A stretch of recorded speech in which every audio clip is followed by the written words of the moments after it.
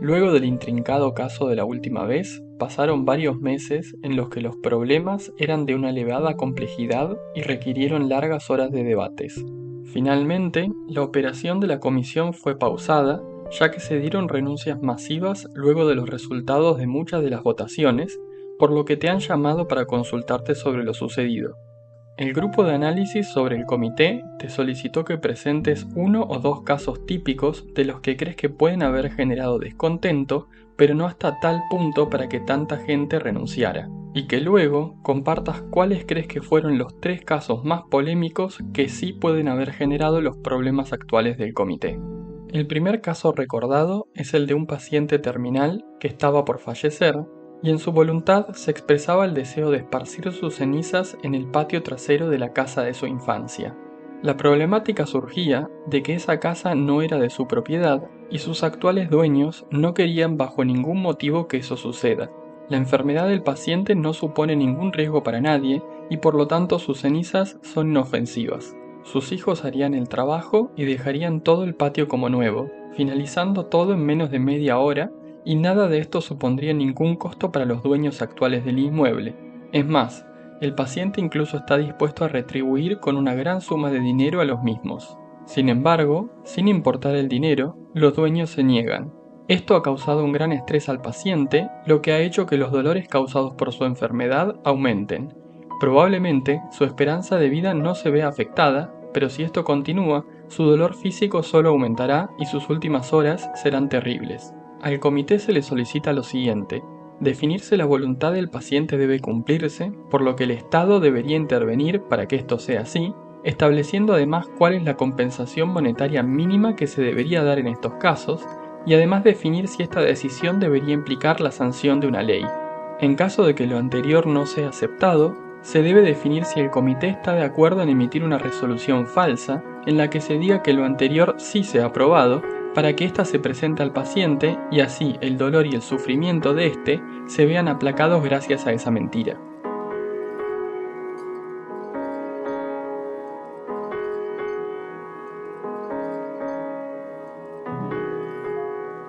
En el caso hubo dos tipos de argumentos que generaron más problemas.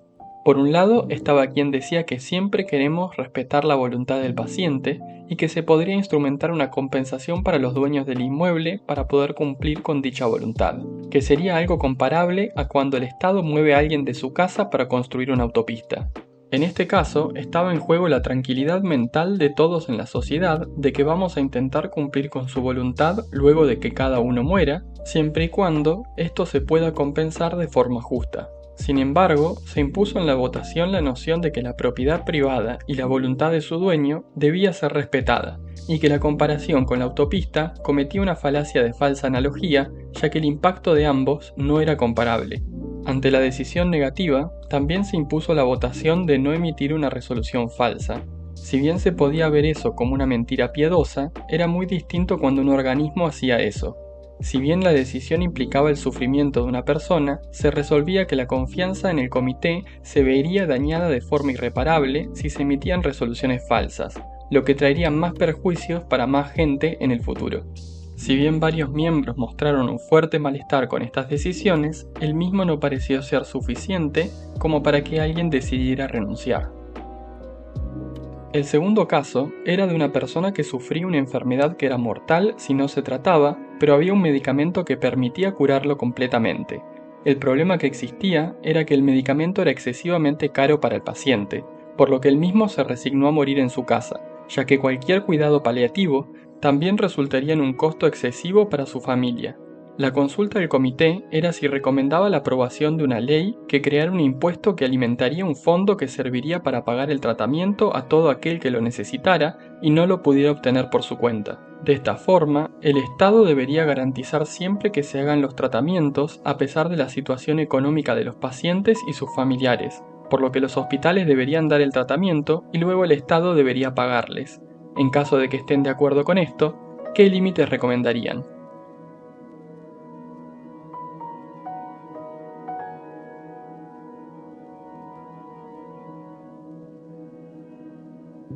Desde un principio hubo un grupo que se opuso a esta medida.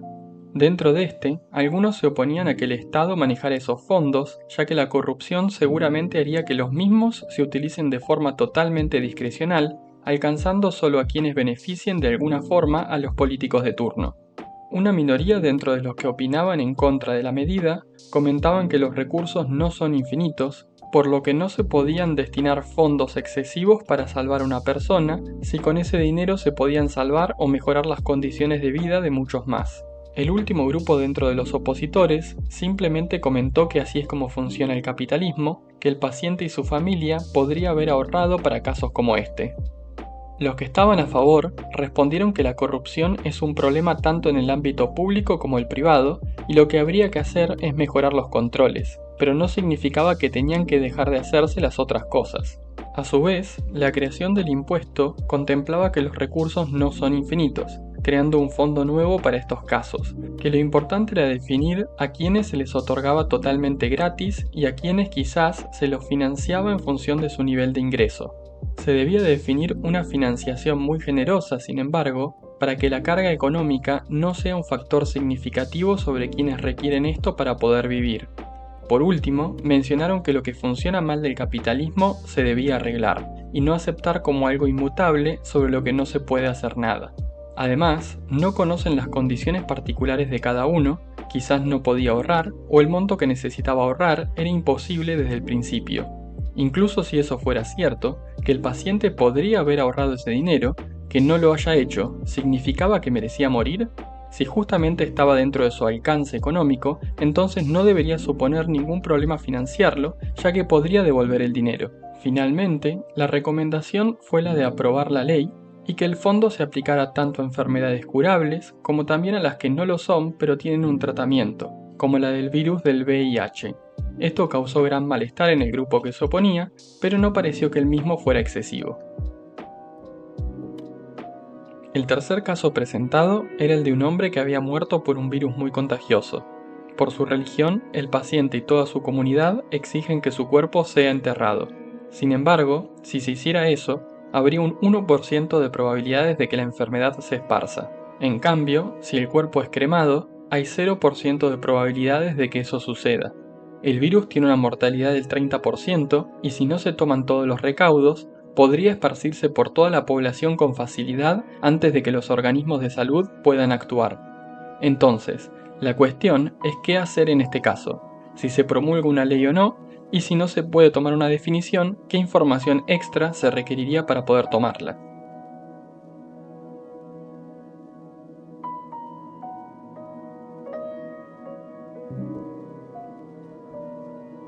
La primera respuesta que surgió es que faltaba información. ¿Qué tan alta es la probabilidad del 1% respecto de otros casos? Probablemente, muchos virus y bacterias tienen una probabilidad de esparcirse cuando enterramos los cuerpos, y se pueden tomar recaudos para minimizar las probabilidades de que eso ocurra, y así poder respetar la voluntad de las personas, tanto la del fallecido como la de sus familiares y la de toda la comunidad. Sin embargo, para una mayoría, la alta mortalidad y la tasa de contagio ya eran suficientes para descartar eso. Pensaban que en estos casos había que ir siempre a lo seguro y cremar los cuerpos, aunque eso contradiga todas esas voluntades. El bienestar de toda la sociedad tenía que estar por encima de la voluntad de algunos. En lo que también coincidían era en que no se podía convertir esto en ley sin saber la importancia relativa de estos porcentajes. ¿A partir de qué valor de mortalidad, de tasa de contagio y de probabilidad de que la enfermedad se esparza si se entierran los cuerpos se debería obligar a las personas a cremar a sus familiares? Para poder sancionar una ley, se requería más información sobre esto para tomar una definición. Pero esta postura no fue unánime y despertó un fuerte malestar en un grupo, que era parte de los que decían que no se tenía suficiente información. Compartían la religión de los afectados y decían que esto era fundamental para ellos. En su creencia, había una vida después de la muerte que era eterna y de infinita felicidad, pero para acceder a la misma se tenían que cumplir ciertas condiciones. Como obtener esa vida eterna siempre era prioridad, y obviamente tenía el mayor de los valores que podía tener, no había nada que nadie pudiera decir para que ese objetivo no esté por sobre cualquier otra cosa. Estas personas sugirieron que no respetar esta voluntad de la comunidad era equivalente a una declaración de guerra contra la misma, ya que era un ataque a sus valores fundamentales, por lo que no le sorprendería si la misma respondía con violencia ante esta decisión del comité. El segundo planteamiento polémico no fue el caso en sí, sino la discusión que este suscitó. Teníamos un hombre de mediana edad que requería una donación de médula espinal. Sin esa donación, moriría en menos de 2 semanas desde el diagnóstico. Se había encontrado un donante compatible en el hermano del paciente y se había programado el procedimiento. Sin embargo, el donante se arrepintió y ahora no quiere someterse al mismo. El procedimiento tiene sus riesgos y posibles secuelas, por lo que lo pensó mejor y por eso decidió dar marcha atrás. Eso significa que su hermano morirá, ya que no hay tiempo de encontrar otro donante. La pregunta entonces es si el Estado debería intervenir en estos casos y forzar a la persona a realizar el procedimiento y así salvar la vida del paciente.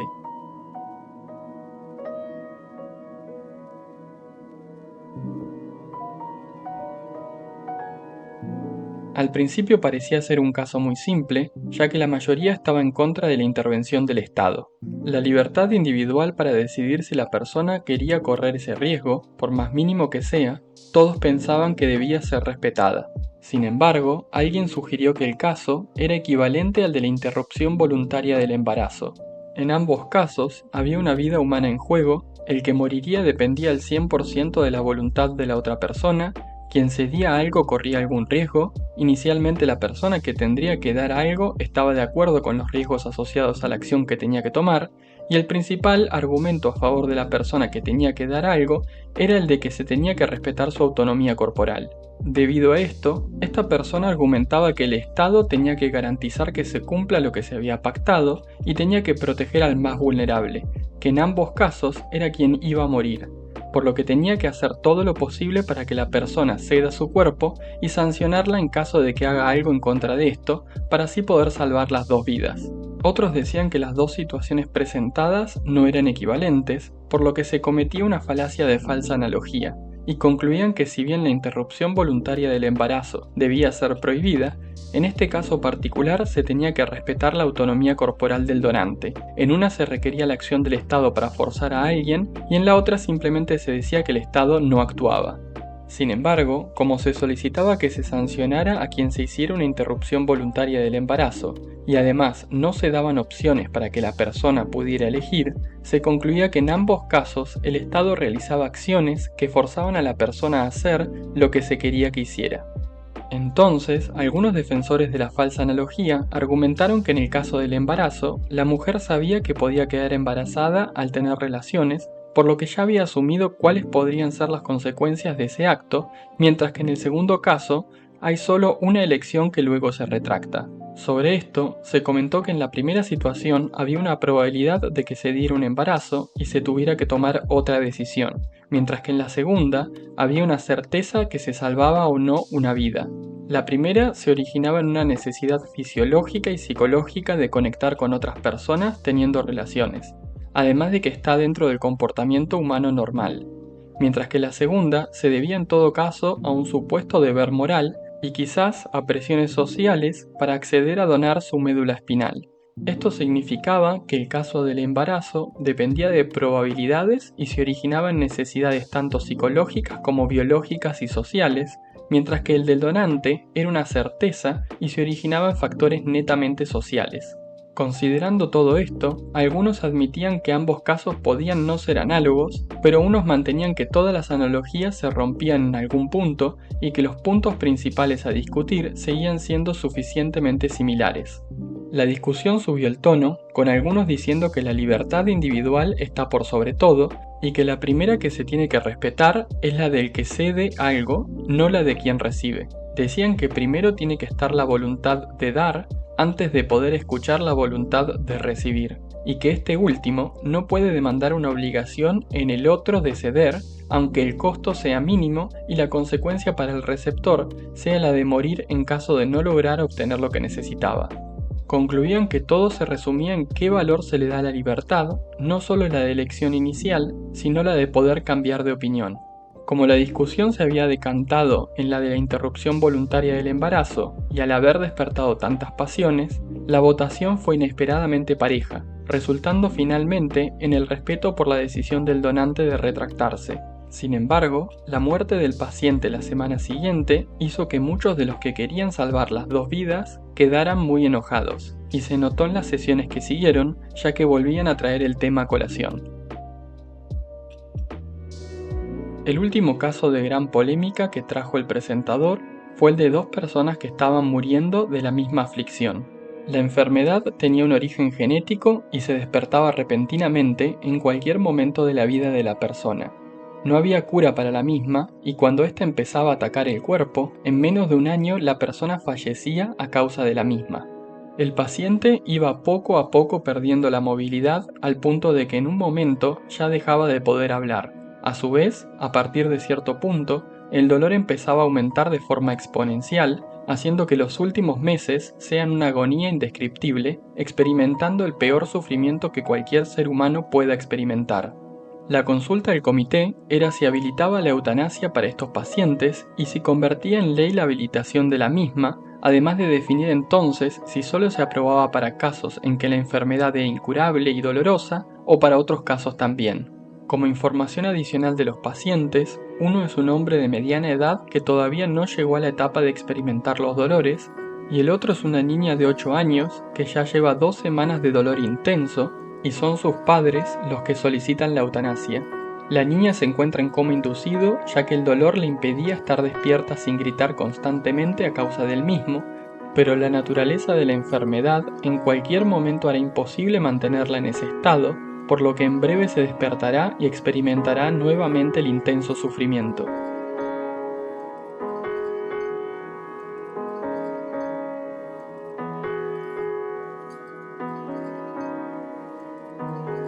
Naturalmente, el caso generó fuertes reacciones a favor y en contra.